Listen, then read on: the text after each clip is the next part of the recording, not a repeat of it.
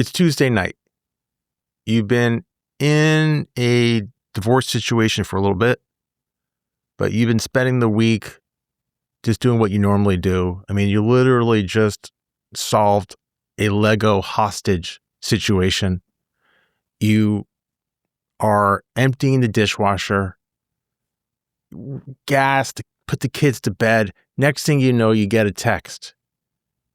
And there's an upcoming mediation or maybe an upcoming settlement discussion with attorneys. And they're like, your partner's like, your future ex says they want 50-50. And everything in your body, it wants to explode because this parent, you had to force them to be an active parent. They don't even know the kid's shoe size. They don't know the kid's teachers. They haven't been to all the doctor's appointments. They've been focusing on their job, on their career. And you are spiraling. Today, we're going to focus on this and how to become more persuasive. I'm Corey Shapiro. This is the Getting Divorced Without Losing Your Mind podcast.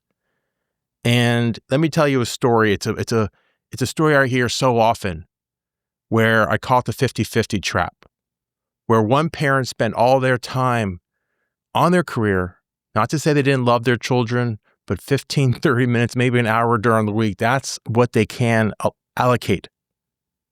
And you've been taking up the slack. You've been adjusting your job. You've been doing what needs to be done. But now they want 50-50, which feels like gaslighting. Like, where have they been all these years? Why is this divorce being so difficult? That's where you're in. That's the story I hear. Now, if you're going to go with your instinct, it's not going to be persuasive. Your instinct is to fire back factually. Isn't that your instinct? Like, what are you talking about 50-50? Where have you been all these years? But that's not how to get a divorce without losing your mind. That's how to escalate things. So what I want to talk about today is how to become a little bit more persuasive. And we're going to focus on step one in this process. And I call it the clear process. We're going to focus on the C today, which is calming their emotions first. Okay, that's what we're going to focus on. Now, when someone says, and let me just put my lawyer hat on. And when I say I put my lawyer hat on, I want you to think about you putting on your lawyer hat. Lawyers are expensive. Divorce is expensive. It's time consuming. So let's put our lawyer hat on and think about this. And of course, I don't know your situation, don't know your facts. I don't know your jurisdiction. I'm just giving you what I see. And this may help you. The hardest thing I see is in the lawyer hat is we're not focusing on our experience. Our experience does not matter when we're trying to be persuasive. It's their experience because we have to try to convince them. So that's the shift that I find to be the hardest. Isn't it just so natural to get defensive? Isn't it so easy just to say, hey, this is bullshit, or even worse than that? So what I want you to do is I want you to go to the macro. Branch out and try to think, what are they really saying? And when they say 50-50, that's just a position. And I want you to understand the difference between a position and a principle, or what's important to them. So when then say 50-50, instead of going off factually how they've not been involved, that this is crazy, you're the primary parent, which is not persuasive, you just dig in, it just escalates. What I want you to say is, when you're thinking of calming their emotions first, you really want to have a schedule where you have meaningful time. See the difference? If you say that, doesn't it calm it down? Because you're trying to say something that they're going to agree with. You're doing it from their positive perspective. You're not judging it. You're just accepting what they're saying. You want to have a schedule that gives you meaningful time. Yeah. Say, I'm not buying into that 50-50. That's a trap. That's a position. So that's what I want you to say. Okay. Now, it may not necessarily even be about the children.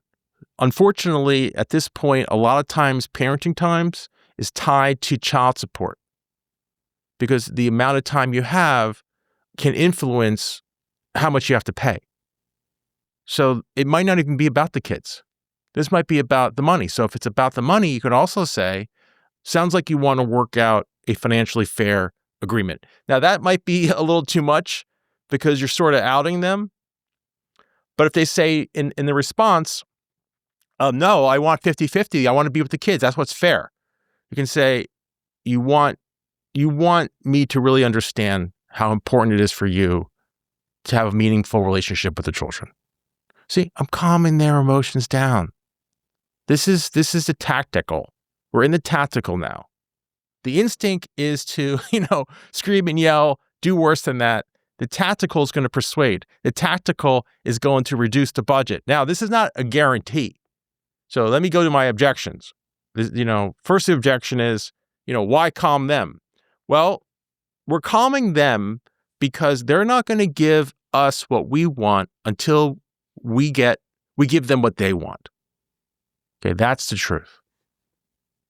And they don't necessarily know what they want. That's our theory. And they're just throwing out a position. The position may or may not represent what they want, but we're going to assume that's not accurate. And we're just going to go broader. That's what I want you to think of. It's sort of like when you're making plans and you're like, you want to go out to dinner? I want Indian. A lot of people don't really only want Indian food. Maybe they could go for Thai. Maybe they go for Italian. Maybe they don't even want to go for dinner. Maybe they just want something new and different and fun. And you want something spicy tonight. You want something fun tonight. You want something different. You don't want the same old thing today. Yeah. All right. Well, what about Vietnamese food? Oh, that sounds great. See, it's just a position. We're persuading. All right. So my core message is name what they want in the most positive light possible. That's going to calm their emotions down. Okay. My action step for you is next time you're going to have one of these triggering events, one of these times when you're activated, instead of responding instinctively, think about responding using the CLEAR method, step 1C, and just think what can calm their emotions. Go broad, go to that principle. All right, that's the C in CLEAR. Our next episode, we're going to focus on the L, which is look for small agreements. Get those micro yeses to build momentum to get the macro yes. I'm Corey Shapiro. Let's step forward with clarity together. This podcast offers general information only. It cannot replace legal advice. If you need tailored advice, contact an attorney licensed to practice in your area.